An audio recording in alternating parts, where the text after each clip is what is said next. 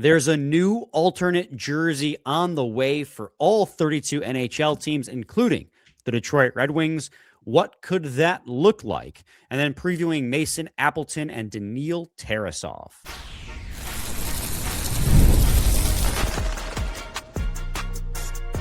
You're Locked On Red Wings, your daily podcast on the Detroit Red Wings. Part of the Locked On Podcast Network, your team every day. Welcome back to the Locked On Red Wings podcast. We are your hosts, Brian Fisher and Scotty Bentley. And Thursday episode for you guys rather than a Friday episode. Somebody's going out of state. Actually, technically, we're both going out of state this weekend, but only one of us is the reason why we can't record a Friday episode, and it ain't me. So take your guesses in the comments below as to who is at fault for why we don't have a Friday episode. Sure. We got a few things for you guys today. One, Fanatics revealed that they're doing a hometown remix jerseys, or what they're calling it. And we'll explain a little bit of what we hope to see and what we hope to not see from the Detroit Red Wings soon-to-be third jersey, coming off of a season where they already had the Centennial uniform, which was 10 out of 10, great uniform. See if they can't go 2 for 2 in the Fanatics era for alternates before doing a player preview for Mason Appleton and Daniil Tarasov. Tarasov, new backup goaltender for the Detroit Red Wings. Mason Appleton entering the second year of his 2-year deal with the Detroit Red Wings. So first things first here, Scotty, let's start with the new news around the NHL. Fanatics, and I'll just read, this is NHL Public Relations in concert with Fanatics, released a statement today saying for the upcoming 26-27 season, the NHL and Fanatics will introduce Hometown Remix, the first 32-team special edition uniform, apparel, and headwear program designed and developed by Fanatics since becoming the league's authentic on-ice uniform outfitter in 2024. The Hometown Remix collection will be anchored by special edition uniforms that uniquely and authentically celebrates the fans, city, and local culture for each team. More information on the Hometown Remix program, which spans on-ice uniforms, authentic and replica jerseys, and a broad apparel and headwear collection on every team, will follow shortly after the season begins. So, Scotty, first things first, are you excited at the prospect of getting another third jersey? I mean, yeah, I guess. It sounds very similar to like every single third jersey we've gotten over the last few years. I feel like everyone is just doing throwback with a twist. Like that's just reverse like, retro, yeah. Right, yeah. Like it's just that's what all of them have been. So like it's cool, and I'm excited to see it, and I hope that it's done well and et cetera, et cetera. I would love a cool third option in this disastrous season we're setting ourselves up for, but it's hard for me to just ignore the fact that literally every jersey we've gotten over the last like 4 years has been some variation of like retro, but slightly different. And this one seems to be the same. So the reverse retro jerseys that Adidas did, and remember, Fanatics took over the production of the jerseys, but used all of Adidas's resources. It's the same people making the jerseys and the same factory making the jerseys. That's why outside of the embossed shoulders, they're pretty much the same jersey for now, at least.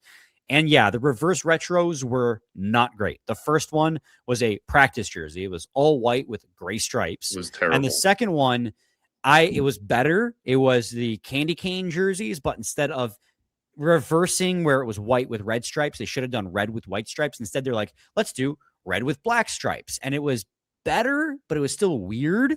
Better than 1.0 at least. But they have nailed, and this is since Fanatics has taken over, though. Fanatics is 2 for 2, in my opinion, on the third jerseys for the Detroit Red Wings.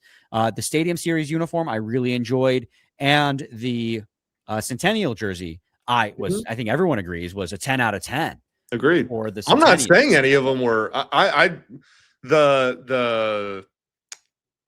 The quality is not my issue here. It's just that we're now literally going on year 5 of like some variation of a throwback jersey, but with a new twist now. Like we're literally the 5th year in a row that we've had some variation of that. So I don't know if it's good, it's good. I don't really care, but like that's just where my head goes immediately. That's all. Well, and I'm always open to the idea. I'm very pro alternate jerseys. Like even though the City Connect jerseys the Tigers did, I wasn't a big fan of. But these new alternates this year, the orange and the navy blue, like I love those. Like the thing with alternate uniforms is like they aren't the main uniforms and they're temporary. And like I think it spices it up a little bit. So I'm always pro alternate uniforms, at least in attempting it. Doesn't always work out. We just detailed the ones that did have worked for the Red Wings and the ones that have not worked for the Red Wings. Right. So I'm very open to the idea and I'm excited by what we could see. That being said, the Red Wings have a very, very narrow pathway to walk when it comes to their uniforms because they've been so consistent over the history of their team. And it's a rich tradition of uniform. Like the Red Wings uniform since they became the Red Wings has changed only ever so slightly over the years. Well, the Cougar and the Falcons in there too. Yeah.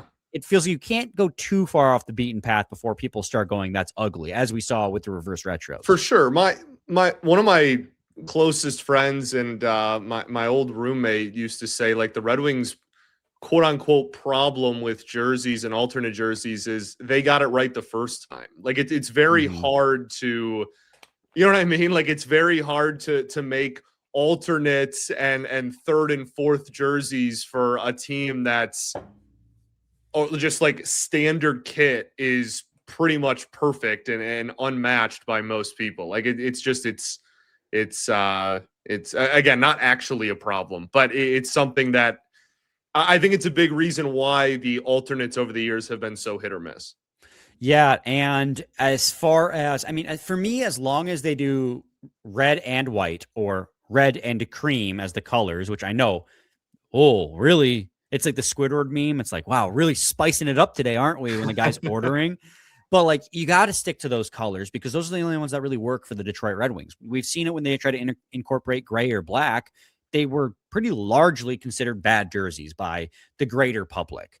So it's got to be red and white or red and cream. It's just how it's got to be, in my opinion, to make it acceptable by the fan base. And then you have a pretty large history of logos that you can run. Like they were the Cougars, so there's the D. We've seen that on jerseys before. Couple variations of the winged wheel. We just saw it in the Centennial jersey. We just saw it on the 2014 Winter Classic. They did a Detroit script on the Stadium Series. But Hockeytown Prospects alluded to the idea. He said, he quote retweeted this post by NHL Public Relations and said, if people were mad about Hockeytown being on the ice, ...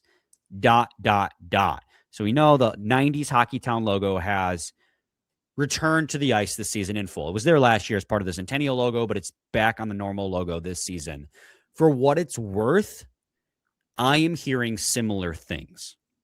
I am hearing that the hometown remix uniform will incorporate in some fashion the Hockeytown logo. And I have mixed feelings on that, Scotty, because one, I mean, that's a great piece of Red Wings history. And two, I don't know how the logo will look as a centerpiece on a jersey. And I don't know if the winged wheel will be, because I don't know what it looks like.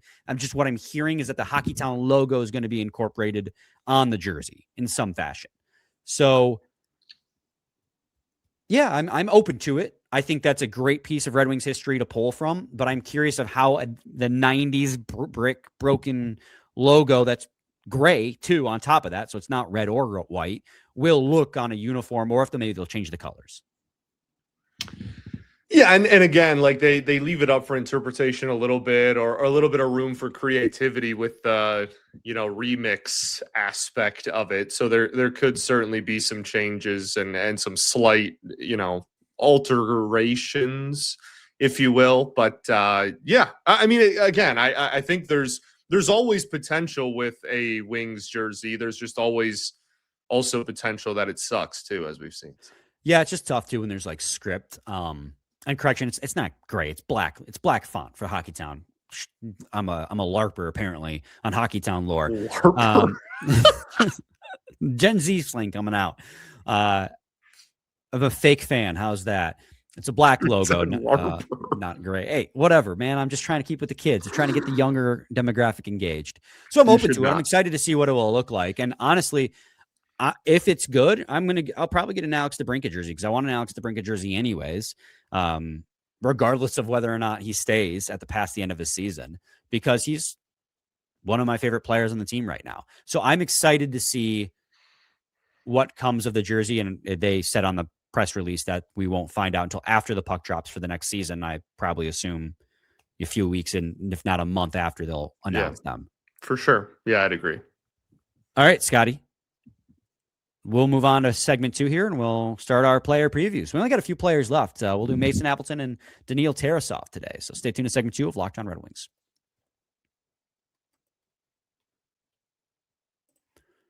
Baseball fans, if you think you're hitting a homer today, FanDuel is giving you a free chance to call your shot with daily dingers. It's easy to play. Just make your free pick for who you think will hit a home run in their game. If you're right, you'll receive a profit boost to use on your next bet for a chance at winning extras. Best of all, you can make a free pick every day throughout the MLB season. Daily Dingers is another fun way to stay engaged with every day's games, whether you're following your favorite team or keeping an eye on matchups across the league. Every game has someone capable of going deep. Now you get your chance to make your prediction before first pitch.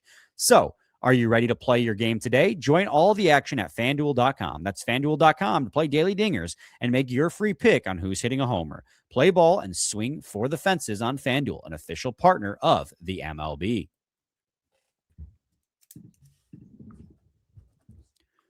All right, Scotty, segment 2. Mason Appleton. He had a pretty electric start to his Red Wings tenure. An injury to Lucas Raymond early thrust him higher up in the lineup. Didn't he score the game-winning goal late against the Toronto Maple Leafs pretty early on in the season? But after that hot start, he struggled. He only had 14 points in 65 games played with the Detroit Red Wings last season. That's a dip in points. He had 22 the season before, 36 the season before that, both with the Winnipeg Jets. And I'm trying to pull it up right now. I was trying to pull it up before we started recording this, and then I got sidetracked because I'm me. But I'm pretty sure from New Year on, he only had like 3 points, and I'm pulling that up right now. That is the number you told me. Yeah, he had 1 goal and 2 assists from New Year's Day on, which is 34 games, and he played like, what did I say, 65. So in the second half of his season, a little over 50% of the second half of his season, he had 3 points the rest of the way. Not good enough from Mason Appleton.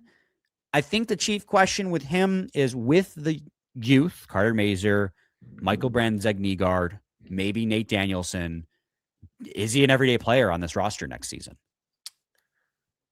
I mean, probably right now.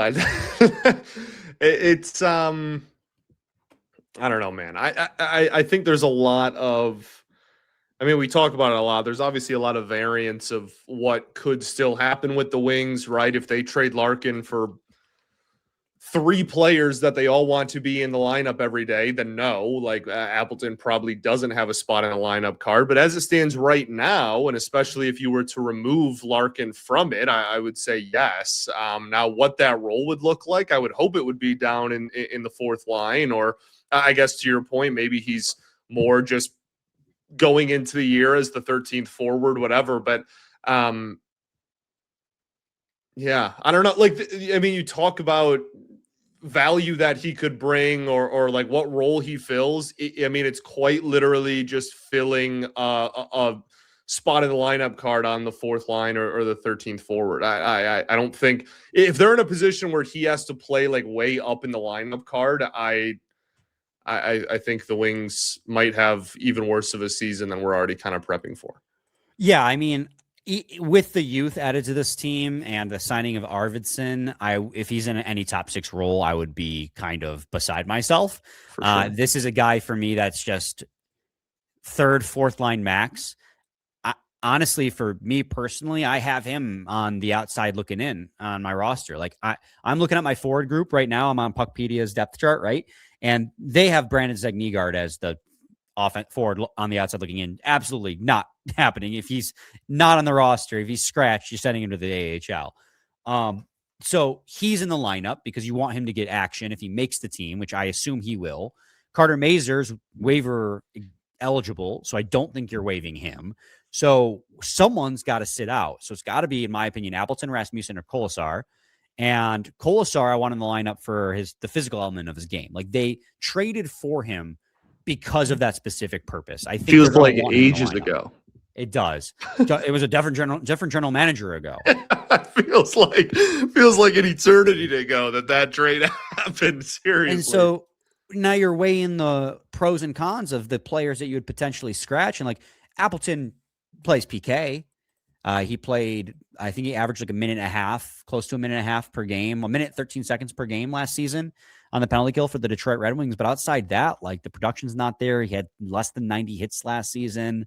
Not that hits and block shots are everything. He didn't block a lot of shots either. There's more to the game than that.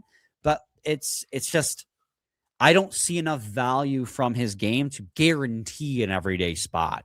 To me, I feel like even with Larkin leaving and the youth, but with the youth on the way, I just feel like he's kind of fighting for that 12th forward spot, maybe 13th forward spot on this lineup. Yeah. And I think the team's better for it. Not to say, I root for Mason Appleton because his success is the Detroit Red Wings success. I'm not trying to come off as too harsh, but it's just, when I'm looking at the roster and where he would fit, I do struggle to see him as an everyday player at this moment.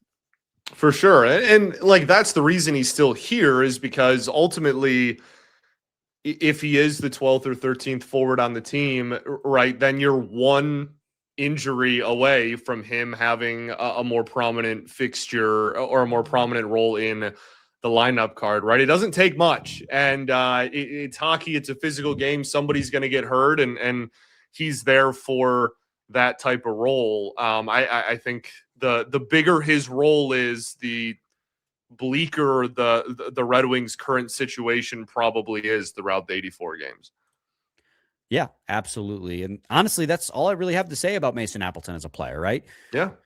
And so I'm going to go, let's say we'll just move on to segment 3 then here. Sure. And start talking about Daniil Tarasov. It's just going to end up being a little bit of a shorter episode then. So stay tuned to segment 3 of Locked On Red Wings.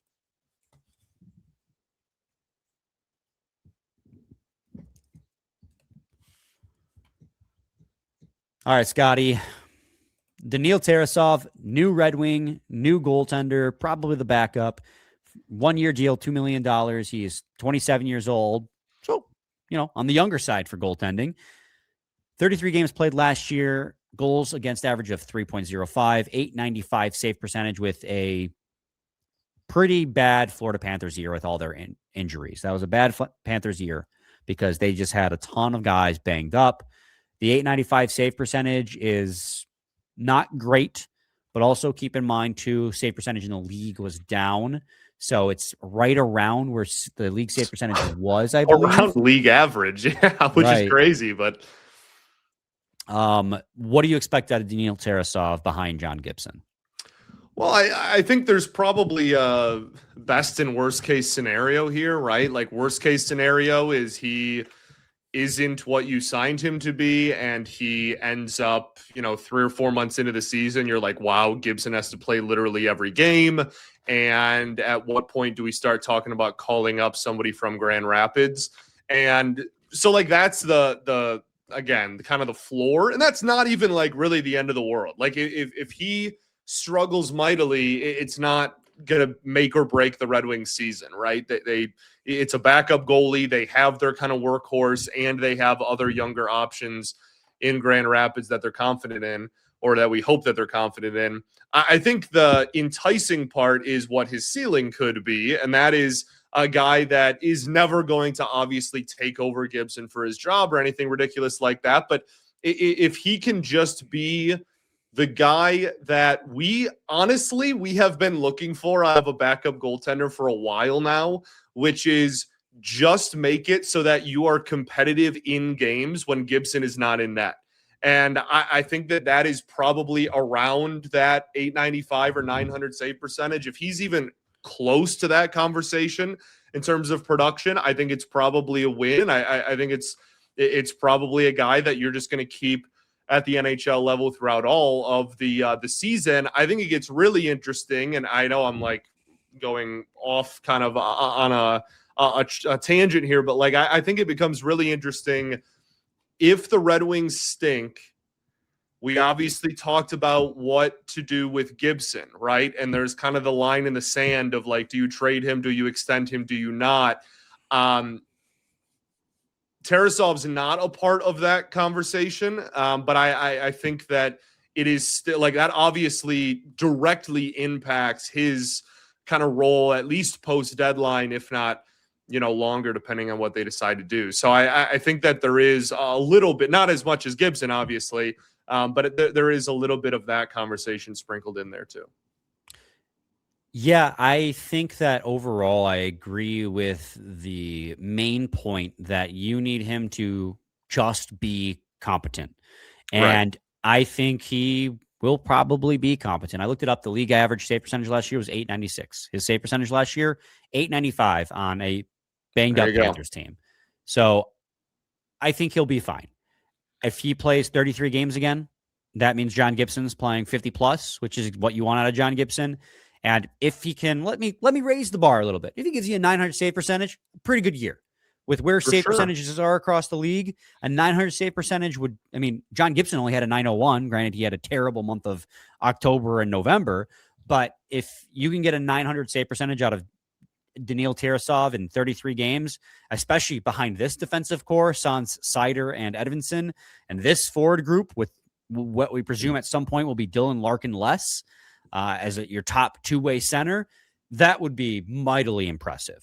So it's just one of those things where you have to temper expectations because you have to know the team that's in front of him, but also know, like, it's kind of like when we talked about Jacob Bernard-Docker yesterday. Obviously, apples to oranges because of position, but like he's going to be playing in a limited role, and so you have to have limited expectations of that player, and that's how we are with JBD. It's like JBD is fine because we know he's going to play third pair minutes, be decent defensively, and probably not contribute a whole lot offensively, but it's not going to be a train wreck when he's out there. And that's what you want out of a third pair. That's what we want out of a backup goalie. Like if your backup goalie is your better goalie, then you have a problem. Right. Like your backup goalie is better, then maybe he should be your starter. And then you run into an Alex Line situation where you run him into the ground and he runs out of steam that he did with Detroit, at least. Obviously he had a great year with Buffalo last year, but I digress. And that's where I'm at with Daniil Tarasov. Yeah, like I said, I think it's you have so many different possible outcomes with the deadline there, where it's like, well, if they extend Gibson, then nobody's really is going to care about what Tarasov's future is, because you have the young goalies that are kind of waiting in the wings, and then you have Gibson for however many more years. If you trade Gibson, then Tarasov's your option for the remainder of this season. And then it becomes a question of now his future is determined by his production, but his production will have been severely limited because Gibson was there for 2/3 of the season. And so like, how much are you going to be confident if he has a good year that he can replicate that in a bigger role? Or does he even get a bigger role? Is next year when like the kids are ready, right? Like it's just, there are so many factors that could change pretty much anybody in this goalie room, or you can even just say any goalie in the Red Wings organization. Like their lives could change very significantly over the next 12 to like 14 months. And obviously a big part of that is just their own production. The biggest part of that is that. But I think that, what happens with the other goalies that they're teammates with is going to determine that path for some of them as well. I agree. All right, Scott, we got a little bit of extra time here for our Friday, Thursday episode. Friday, Thursday. It's our Friday episode on Thursday. Yeah, great point. How do you feel? Here we go. Are you ready? I'm totally not killing time to try and think of a how do you feel. You were asking me if I was ready, as if you don't have it. Yeah, that because I was trying to build up a little bit of how do you feel about reading books? I'm so glad you asked. I love reading, and I'm actually about halfway through a book right now. I just finished another one about 2 weeks ago. I have a Goodreads You know, I have Goodreads on my phone. I like when I tell people that I feel like I should be insulted that people are surprised when I say that. I feel like it's a generational thing, which is why it's surprising because there's a couple years separating us. I am like literally like cut off from millennial. I don't read a lot of books for the record. You're Gen Z, and like, yeah, if I don't read a lot of books, I don't expect Gen Z or Gen Alpha to read a lot of books. Is that what they're called, Gen Alpha? Yeah. Who are the Zoomers? Gen Z. Oh, that's Zoomer. Us.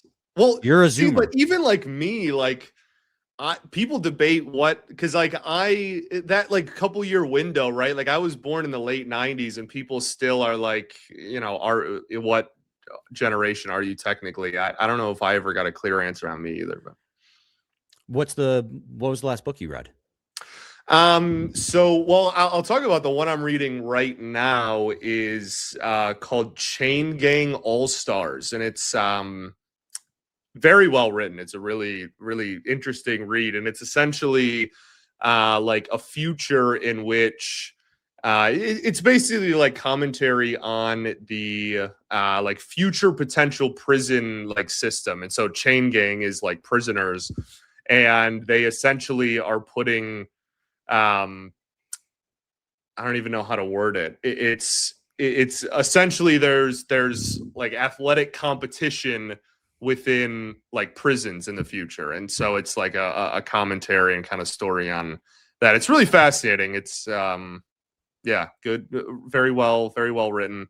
The last one I read was super messed up. I don't even know if I should talk about it on it. It was like really weird, but good book at last, or at least. The reason why I had asked is I just completed my first novel by choice, not counting like books you have to read in college and high school. The first novel I picked up by my own discretion since probably middle school. Like, what was it? I mean, I read manga all the time, but that's comic books essentially, so I don't know if it counts. It was called Children of Time. It was a 600-page novel. Nice. It took me a solid 2 months to read it. I just, piece by piece, I would just take it chunks at a time. It's also set in the far future, and I'll keep it brief they can this is the end of the episode, so they can click off at this point.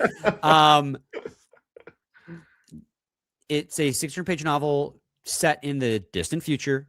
Earth is no longer habitable. So it follows split narratives following two different groups of main characters. Mm-hmm. So it's constantly, for this TikTok brains that we all have now, it's constantly flipping back and forth between the perspectives, like every 20 pages. Like it doesn't linger too long. And it takes place over the span of thousands of years. One group is on an ark ship, and they're going planet to planet trying to find a new home. And they're constantly going in and out of cryo sleep. So like, it'll jump and they'll wake up and everything's changed because like some group is like on the ship that woke up first and like the situation is completely different. Another one follows the multiple generations of this planet that another group was terraforming before that group fell. And so it's just they were going to put monkeys on the planet with a neurovirus that was supposed to accelerate their evolution to make that planet ready for humans. But there was a mistake, and instead spiders rose as the sentient. They got the virus, and they became the sentient. That's kind of electric, to be honest. Yeah, and the world building for the Spider Society is phenomenal. But because they don't have cryo sleep, when you flip back and forth to their perspective, it's like different generations of the same family line. So, and then, eventually you can assume there's probably a collision course between those two. And it was so good. It actually makes me want to read more books. So for sure. No, it's fascinating because like there are just so many more books than like TV shows and movies, right? Like there's so many just stories that are either untold or like not, that are like phenomenal, stories and that are either ignored or not, as popular as like the ones today just because of technology. There's nothing wrong with that either. It's not like a derogatory thing. Like technology and times change and that's cool. But there's so much out there. It's that sounds really good, actually. I know we're a hockey podcast, but every now and again, it's nice to shoot the. Well, it's nice right now, especially because we talk about the same three things over and over, because that's all our hockey team is giving us at the moment. So it's nice to actually just speak about not Dylan Larkin or Steve Yzerman for like 5 seconds. Right. Absolutely. But without further ado, we'll send it off into the weekend. We will be back on Monday, so stay tuned for that. Any final thoughts? We ball. We ball. Same time, same place. It's your team every other day right now.